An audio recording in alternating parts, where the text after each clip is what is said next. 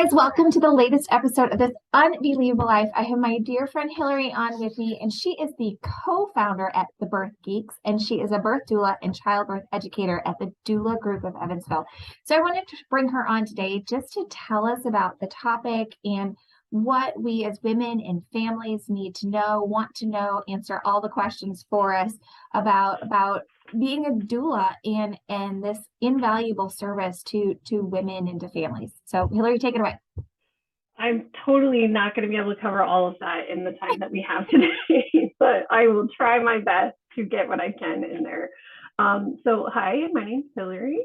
I had my children in graduate school, which I do not recommend doing. It was really tough. So while I was finishing my PhD, and actually in the middle of it, I ended up having my children. And the side of that is I got all this information from all of my professors. They were like, you need to read everything about birth and raising babies and all of that. And I was like, okay.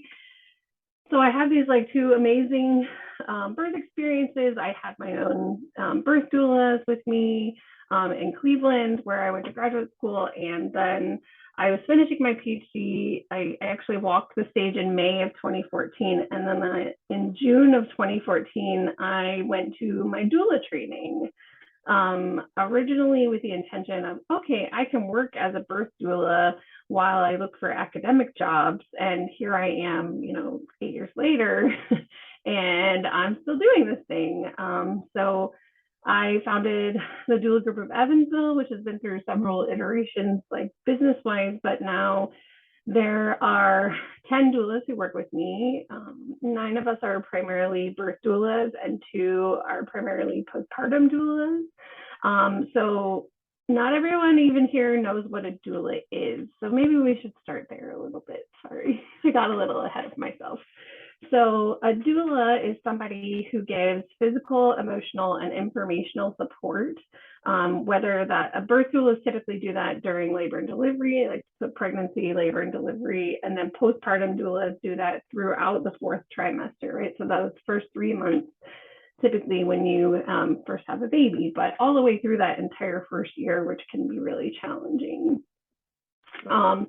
I have a PhD in medical anthropology, so this really felt like a very clear extension of anthropology and social science work to be able to work as a doula. And I've been able to build a pretty good business doing it, such that I now have 10 people who work for me. And I've made some really amazing contacts here locally. So I'm in touch with the nurse managers at our 2 local hospitals. But we as a group actually go to 8 different hospitals within an hour radius of here in Evansville. And as a group, we're able to serve a lot more people and families. So typically a birth doula will take, a full-time birth doula will take 4 clients a month. So typically, we do 2 prenatal visits with people to talk about birth planning and preferences. We talk about comfort techniques and all of those kinds of things. And then we're with clients when they call us and they're in labor and until after they have the baby, right? So sometimes I'm there for 20 minutes before someone has a baby, and sometimes I'm there for 2 days before they have a baby, and I'm just hanging out. So I'm not just hanging out, I should be more specific. I'm helping them move into different positions, making sure their partner can go to the bathroom without worrying that their, person in labor is going to be alone. Suggesting, all kinds of different things. Helping, hoping that the acute anesthesiologist is on call the day that I'm there if my client wants an epidural. So that's one of the things. A lot of people think doulas only work with people who don't want epidurals, and that's just not true. I have clients who've had planned cesareans. I've been to home births where the midwife didn't make it. Very famously in the newspaper here in Evansville, there was an article about that. So we do all kinds of births. We go attend all kinds of births, and it's pretty amazing, I think. And the postpartum side of it is something I'm really getting into as well. So I'm really happy because next year I get to serve as the president of DONA International. So I've even been able to take my service a little bit further to work towards helping the larger doula community and looking at, you know, how we can support doulas as a profession and help develop as well. So that's been really fun to be able to do, and something I honestly never imagined. If you would have asked me 10 years ago if this is where I would be, I'm not sure that that's what I would have told you. I would have had a much different idea, but I can't imagine anything more exciting. And it's such a privilege to be invited into such, you know, intimate spaces with families and be able to help guide them along without any judgments, and just giving them the resources they need and kind of building those connections, being a bridge where our village can't be all of the time anymore. So yeah, that's my favorite part about being a doula is all the amazing families I've gotten to connect with. And my kids actually hate going in public with me now because we always run into someone that mom knows. And well, they're also, my kids are teenagers, so they're just embarrassed of me generally. But it's the best job, and it's hard and it's wonderful, but I can't imagine doing anything else. One question I have, you mentioned the term midwife. What is the difference between a midwife and a doula? Yeah, so one of my friends very famously said, midwife takes care of everything from the waist down, and we take care of everything from the waist up. So a midwife does pretty much everything an OB does. Here in the US, most of us deliver with OBs. That's not the case around the world, but midwives can do everything other than surgery. And even some midwives actually assist in cesarean sections. That's a thing. Doulas do everything else, right? So I'm not going to take your blood pressure. I'm not going to, you know, check your cervix or do anything like that. But I am going to, I'm going to quote one of my clients. Actually, I had a client who was an avid golfer, and he said, "Oh, you're like a birth caddy." And I was like, yeah, that's pretty much it, right? I'm gonna bring out all the tools. I'm gonna show you what tools to use. I can't use them for you. You're gonna have to use them. But I'm going to be able to suggest things that might help you along the way, help you have a better experience. We're very experience focused. So a lot of, we're experience and evidence focused as well as far as care goes, right? So a lot of evidence-based practice doesn't actually happen here in the US. So like the science says we should do one thing, but the thing we've always done is not actually that thing. So we just keep doing the thing we've always done regardless of what science says. And I'm like, hey, so maybe we want to think about doing that thing that science says we should do. How about that?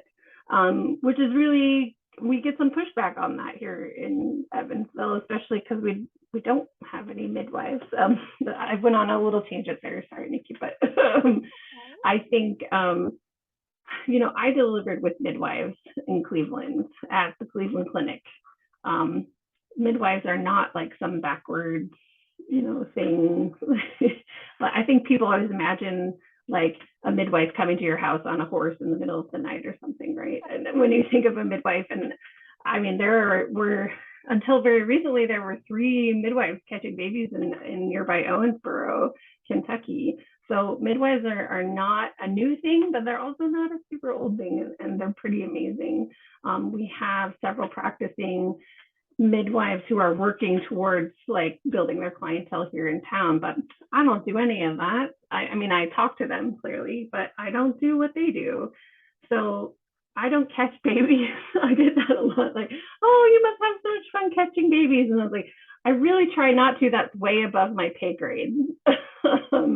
I mean, I have caught a baby, but only because the midwife wasn't there yet. And that's very much not what I want to do. I want to support parents. We always say we are able to support partners how they want to be supported, right? So I have all kinds of dads who are like in the birth pool, squeezing mom's hips while she's laboring and like trying to like do all the things. And they're asking me for like tips, like, how can I do this better? And then on the other end of the spectrum, I have some dads who like everything medical makes them nauseous and they are laying on the couch with their eyes covered, like, I'm sorry. I'm like, I'm glad I'm here. So there's this huge range of normal and it's okay. And that's okay. Like if that's how you want to participate, I help partners participate how they are able and how they want to as well, right? They don't have to be the experts. And a lot of times, especially men want to solve a problem, but labor is not a problem to be solved, right? Um, and and so I'm there to a lot of times remind people, no, this is normal, everything's okay. No, I know that looks like a lot of blood, but that's normal, that's okay. That's not a scary amount of blood. I've seen also a scary amount of blood. That is not it. And that's okay. That I like knowing what's normal and knowing like the physiology of labor and delivery and all of that, as well as postpartum, right? Like, no, your nipples should not be bleeding and you shouldn't be sobbing every time your baby latches on. We probably want to look into that a little bit more. And so a lot of times I'll refer out to more resources and like other people in the community. So we make really good connections with, local massage therapists who do craniosacral therapy and those kinds of things that can be really helpful. IBCLC's International Board Certified Lactation Consultants. Sorry, I don't want to give you the alphabet soup. I know you know what I mean. And so I think the ability to make those connections, it brings me so much closer to our whole community. And I really love that about my job. Is like, oh no, we have these awesome resources here. We have amazing people doing really great work who are trying to push for some change to whatever people think is, normal. And even if you don't want to push for change, like sometimes normal, you just need a little help with other things. And that's what we do. Again, without judgment. That's the biggest part about being a doula and hiring a doula. I don't have a judgment. Like, it's not my baby, it's not my birth.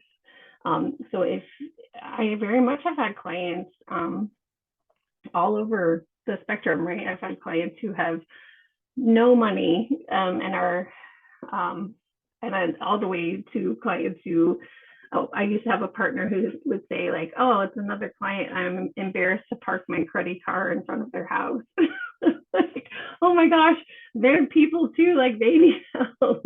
They are asking us for our help, and that's important. And I've learned some really amazing lessons along the way about how to navigate different hospital systems. And COVID it continues to be a challenge for us as doulas, but because we had already done the hard work of making those connections with the hospital staff and continuing that outreach and keeping those, communication lines open, that really was so beneficial to us to be able to, as a group, keep going into hospitals and, keeping those lines of communication open, saying, okay, when I have a question, like I have a client who is COVID positive and they're in labor, am I going to be able to come inside and help them? And the answer is depends on the hospital at this point. But I love being able to do that. And now as an agency owner, having the capability to help these newer doulas on my team and help them grow and serve more families, that to me is so rewarding. And being able to mentor them and say, oh, you have a birth coming up with Dr. So-and-so. He's super nice. Make sure you bring up hockey because he's a huge hockey fan and like things like that. I love that stuff. And I really, developing ththose relationships has been so important for this work, and continuing to be able to serve. I keep saying serve families, but that's the meat of our work. That's what we love to do. That's our favorite part. Well, my two follow-up questions are, if people want to learn more or to contact you with questions or to sign up to be a client, where do they go or who do they call? And then my second question is, anything else you want to add to bring this home? Yeah, so I would have people reach out to us at doulagroupofevansville.com. It's DOULA That's how you spell doula, group of Evansville.com. That's our website. We have some really great resources. I have actually a free ebook on there if people are interested in like getting started, right? If when you first find out you're pregnant and you're totally overwhelmed, I actually really love this ebook that I put together because it has like a reading list and podcast recommendations and YouTube recommendations. Like, here are some places for you to start finding some really good evidence-based information that's going to help you decide which path is right for you. And yeah, I think reaching out to us on our website, find us on social media. We're on Instagram and Facebook. And we love sharing information. It's our favorite thing to do. So reach out, and a doula is for everybody. And we're, major priorities of ours as a group, we really love supporting diverse families. So we're very, very adamant, like, science is real and it's important. And we're very adamant that, about, supporting all types of families. And that's not something that you find here all the time here in Southern Indiana. And I've been very intentional about cultivating a very diverse group of doulas. We have amazing Black doulas on our team. We have LGBTQ doulas, like everybody. I think that is really important because representation matters. And having that shorthand with your doula, there's nothing like that. And I think that's so imperative. Well, thank you so much for coming on today. What a inspirational topic and impacting families. And I'm so proud of you, and I'm so proud of the work that you do. And definitely, I find you absolutely amazing, and the fact that you're in this field and want to help families like this, it inspires me, and I love just watching you online and hearing the exciting things that you do. What a tremendous gift that we as a community have, because when I think of doulas and this service, I think of like way bigger metropolitan areas. So the fact that we have it here, I feel that we're very fortunate and we're very blessed to have you. So thank you, darling. I appreciate you coming on. Me cry. Well, if anybody has any questions, definitely reach out to Hillary directly or make a comment, leave me a message. If there's any topics that our listeners want to explore deeper in this world, by all means, let me know, let us know, and we can make a series of these, because it sounds like you've got tons of information to share. So once again, thank you so much for coming on. I hope that you guys are having a fantastic week, and thank you for being a part of mine and Hillary's unbelievable lives. Thank you, guys.